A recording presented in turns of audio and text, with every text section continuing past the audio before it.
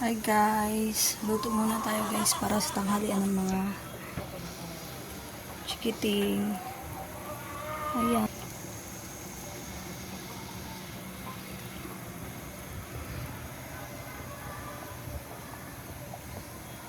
Thank you hubby sa bagong lutuan.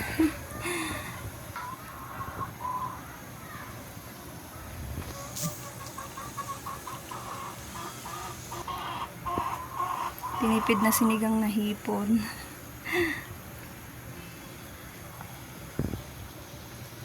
Pulo na. Bakit ba yan, ma? Hipon. Kain ka na marami para busog.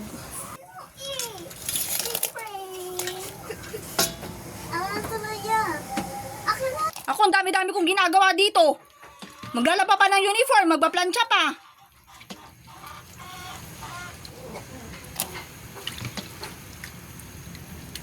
Inuuna mo yung kakasilpo na yung punyeta ka, ha? Wala ka naman nakukuha dyan. Puro ka naman katarantaduhan. Mag-cellphone ka lang pag may gagawin sa school. Maabuso ka. Nung subok-subukan sa mantalitsi kang animal ka, di ka na nakikinig, ah. Maugasin ko tong ano na to. Ang ano ko, ito. Towel ko. Labayin ko. Huwag mo na laban yan, Kate. Di na matutuyo yan, Kate. Hindi ba ito towel ko? Ito. Na. Anong ginagawa ni ate mo? Di pa rin siya nagligpit ang higaan dyan? Paggising nyo, cellphone kayo kaagad, ah. Di nyo malang maano yung unang, maakit-akit yung unang dun sa may ano. Kaya ang dami laging kalat ang higaan. Ganyan ka na lang lagi. Sinabing ganyan lagi pagising nyo, ligpit yung higaan, eh. Dut-dut ka agad dyan.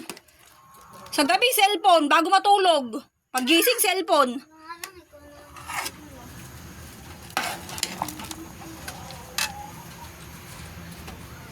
Hindi yung puro kayo cellphone, Aaron. Pagkagising nyo, unahin nyo muna ligpitin yung paligid nyo, Aaron, bago kayo mag-cellphone. Hindi naman kayo pinagbabawalan mag-cellphone, eh. Basta unahin nyo muna yung trabaho nyo dyan, eh.